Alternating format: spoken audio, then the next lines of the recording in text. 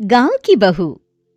क्या सावित्री, मैंने सुना है कि मालती की बहू ने अपने सास ससुर को घर से निकाल दिया है। अब क्या कहूं, आजकल की बहुओं का कोई भरोसा नहीं है, कब क्या कर दें।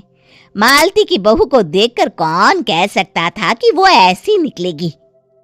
तू सही कहती है, आजकल की बहुओं को देख मुझे तो बड़ा डर लगता है। कहीं मेरी बहू भी ऐसी निकल गई तो। नहीं नहीं, मैं तो गांव की सीधी सादी लड़की से अपने बेटे की शादी करवाऊंगी। इस तरह एक दिन गायत्री अपने बेटे की शादी गांव में रहने वाली मीना नाम की लड़की से करवा देती है।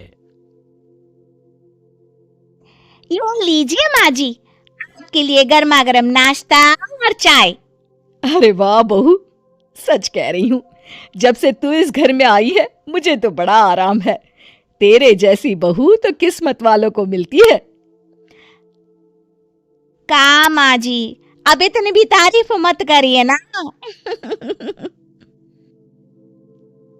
धीरे धीरे मीना गायत्री की चहेती बन जाती है और मीना भी गायत्री को कभी शिकायत का मौका नहीं देती थी।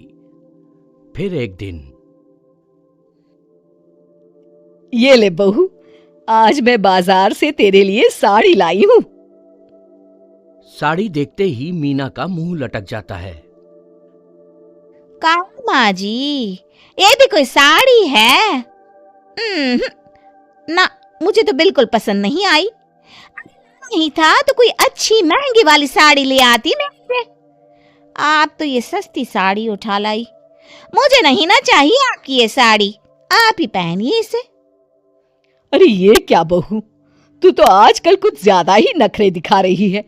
मैं इतने प्यार से तेरे लिए साड़ी लेकर आई हूँ और तू कि उल्टा मुझे ही दो बातें सुना रही है।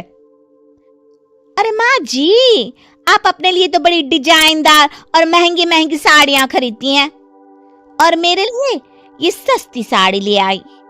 आप समझती हैं कि मैं गांव से आई हूँ इसलिए मुझे कुछ नहीं पता। हाँ, अरे कुछ नहीं, तुझे शहर की हवा लग गई है बहू। इस तरह दोनों सास बहू में रोज किसी न किसी बात पर लड़ाइयां शुरू हो जाती थीं। एक दिन गायत्री अपनी कुछ सहेलियों को अपने घर चाय पर बुलाती है। अरे बहू, मेरी सहेलियों के लिए बढ़िया चाय नाश्ता तो बना दे। अरे जी, अब मेरे पास बिल्कुल समय नहीं है, मुझे ब्यूटी पार्लर जाना है।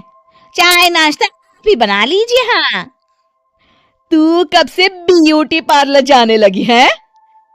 शहर आए 2 दिन नहीं हुए और देखो महारानी के नखरे शुरू हो गए।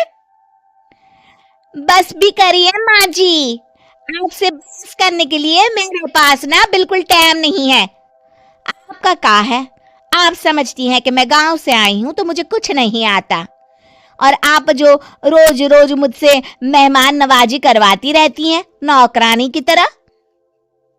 मीना के कमरे में जाते ही, अरे ये क्या गायत्री, तू तो अपनी बहू की बड़ी तारीफ कर रही थी, लेकिन ये तो तुझे कुछ समझती ही नहीं। भाई मुझे तो लग रहा था कि तेरी बहू गांव की है तो सीधी सादी होगी, लेकिन इसने तो शहरी बहुओं को भी मात कर दिया। हाँ। अपनी सहेलियों के सामने अपनी बेइज्जती होते देख गायत्री आग बबूला हो जाती है। अरे क्या शहर और क्या गांव, मेरी तो किस्मत ही फूटी थी जो मैं इसे बहू बना के ले आई। भगवान जाने आगे और क्या क्या करेगी।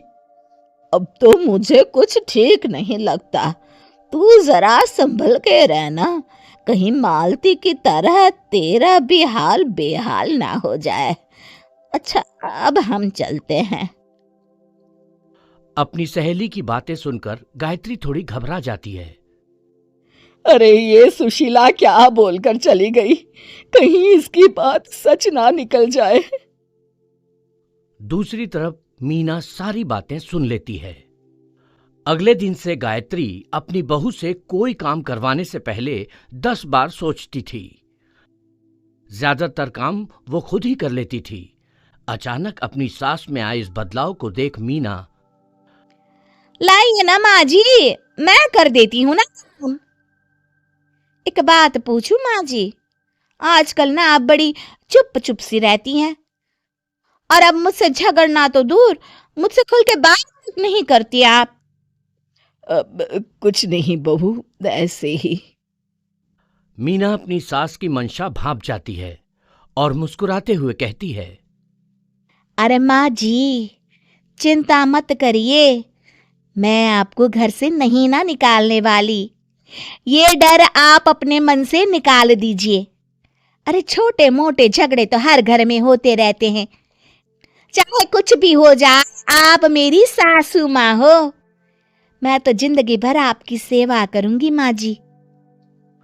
अपनी बहू की बातें सुन गायत्री को एक प्रकार का संतोष होता है और उसकी सारी चिंताएं दूर हो जाती है। गायत्री अपनी बहू को गले लगा लेती है। मुझे माफ कर दे बहू, मैं तुझे गलत समझ बैठी थी।